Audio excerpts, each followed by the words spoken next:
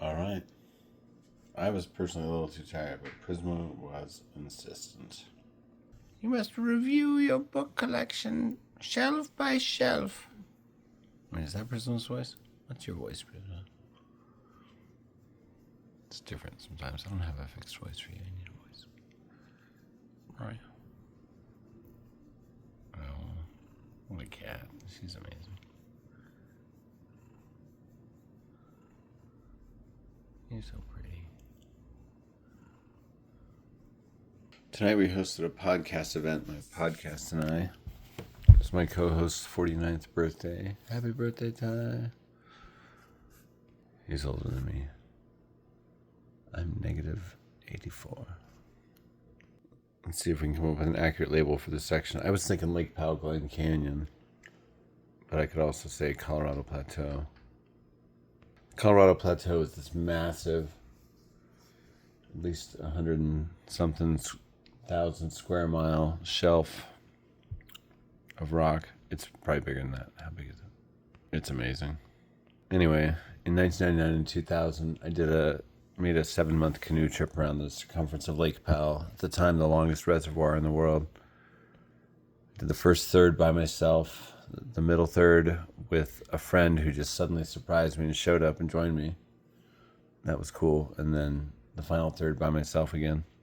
Started at this one point and ended there, just following the shoreline, keeping it on my right, like a few feet away, for 6.5 months, and it was crazy. The first half was all crazy, quiet by myself. It was wild. There's the aura I used. It's painted on by my kid. There's Lake Powell. That's Gunsight Butte there. There's this really narrow pass called Gunsight Pass right around there. Ranchers used to lead their cattle through it single file back in the day. Let's see what's here. I honestly don't know. Alright, took some out. What do we have here? It's a section no one asked for. It'll shrink the audience more than ever. But you know what's crazy? All because of this one video. I think it's called Maybe Science Books Could Be Your Friend. And I can't see this stuff, but somebody must have shared it or something. Because suddenly the channel just gained 100 followers in a few days. It's incredible. And 60 followers in 2 days. And now I have over 400 people listening and learning all about the contents of one random person's book collection. Who cares? But this collection has this cat, so I see why people follow. I see. And that cat. So on one level, it makes a lot of sense. Oh, I'm rewatching for the third time the end of the tour. You don't crack open a 1,000-page book. We have a practice in my family of the kids and I will always do, if we ever pause it and there are subtitles on, we'll do our own versions of it, a bunch of different versions. Just try to say it our own way. I think my kids are very talented little voice actors. The end of the tour, this is about David Foster Wallace. It's so interesting because, usually in nonfiction things, the dialogue is made up. But for most of this, the dialogue is directly from tape-recorded interviews. I love that. I have an essay where the dialogue is the most accurate part. It was a stand-up comedy set I tried back in the day where I realized I'm maybe not very happily married while I was performing it.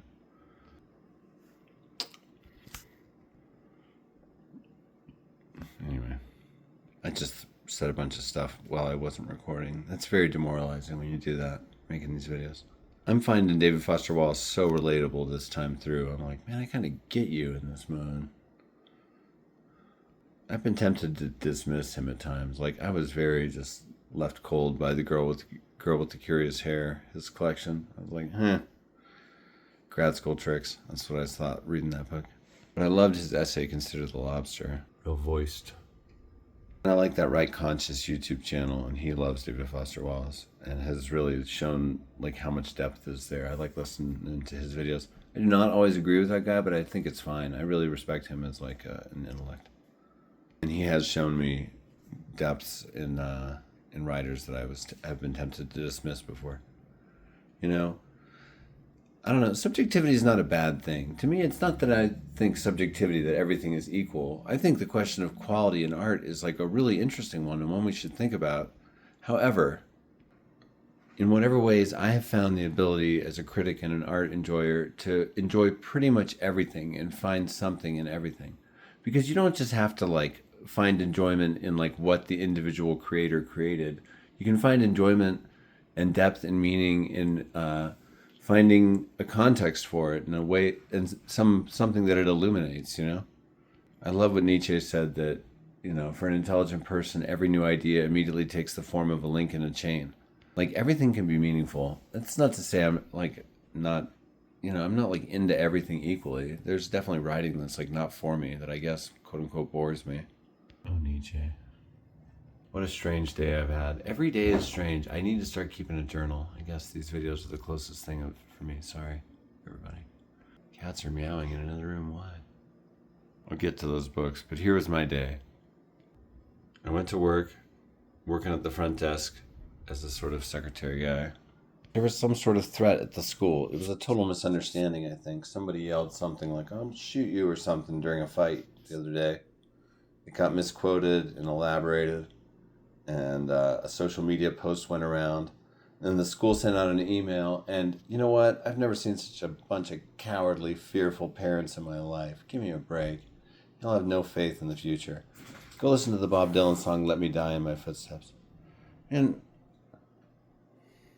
Squirrel and Prism have these, like, fights.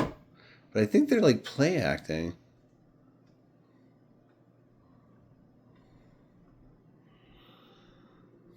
No, why did you hiss at your baby?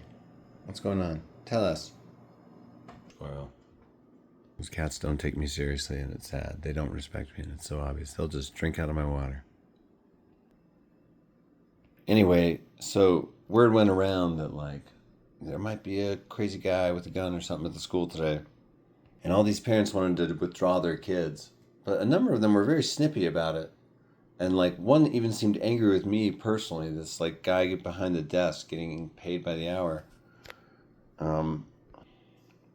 Well, since your school can't keep my children safe, I'm like, lady, I would swear under oath that you are on meth right now. You know? Every time I interact with you, I worry about you driving your children. And you're concerned about an email going around the school. You know? Maybe try some breathing exercises. Get into ambient music. I will not go down under the ground because somebody tells me the death's coming around. And I will not carry myself down to die when I go to my grave. My head will be high. Come on, that's a good song. Bob Dylan. I don't like all the groveling, sniveling, and fearfulness. And I'm like traumatized. I have PTSD from gun violence, but I'm still like, cut it out, everybody. Let's chill. Watching people withdraw their kids from school today, it was like watching the toilet paper run in early COVID. People like, let's buy all the toilet paper and supplies. And the hydrogen peroxide, weirdly, we needed it for like some stain removal, and it was like impossible to buy a bottle, I remember. Blood stain removal from like a murder scene. JK. But anyway, so all day long it was just like mostly resentful parents, like mad that their children weren't safe in the school, in der Schule. Oh, and I helped someone drop out today. That was crazy. I had to fill their disenrollment paperwork so they could drop out. I was like, real talk, bro, I dropped out and got my GED long ago, and it was a big stumbling block, you know, for a long time, just so you know. And I was like, I eventually got a master's degree, but still, like, you know, it didn't happen automatically. And he said his mom was there too. He was all sniffling and blowing his nose and stuff. Cut a rather pathetic figure. Let his mom do all the talking for him. That's always a great look. His mom said his real problem is waking up and getting to school on time. I'm like, seriously, you're dropping out because you can't get up to school on time? I had like 5 alarms when I was a teenager. I think you could do that, man. I don't know. I tried to be both accepting but also like slightly challenging talking with him, because you don't want to just be like, oh, good, gee, golly willikers, that's great, you're dropping out, good job. Oh, good, you got a job at a minimum wage place that's gonna doom you for existence. Hurrah. Oh, I wasn't filming, but there was just a gunshot. Great. Trigger warning for the rest of this video. Where there's one, there's usually more. Trigger warning. Haha. Anyway, it was a crazy day at school. And there was like at one point toward the end of the day, like a kid from the special ed department got lost, and her mom couldn't find her and was really panicking when she came to pick her up. It was like a crazy day with all these parents withdrawing their kids. I'm like, so when does it start being safe after something like that? The next day it's safe? Some parents like pick their kid up like right at the end of the day. I'm like, well, we'll just pick them up for one class because that works with our schedule. Your worry is weird. Okay, so that was part one of the day. Then I took my daughter went to her mom's house and picked her up and took her to her dance class.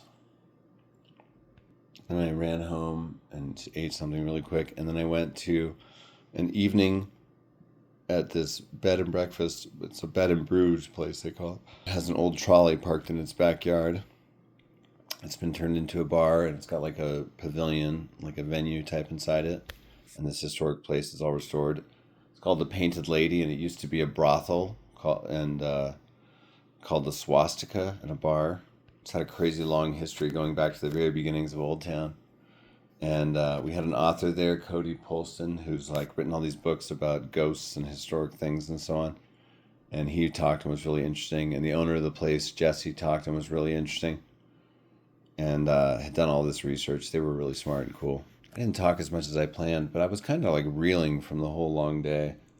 Ty talked a bit. It was his birthday. He had done some research on this one guy named Miguel Cedillo who used to just stab everybody there. He was quite the stabby fellow, as they say.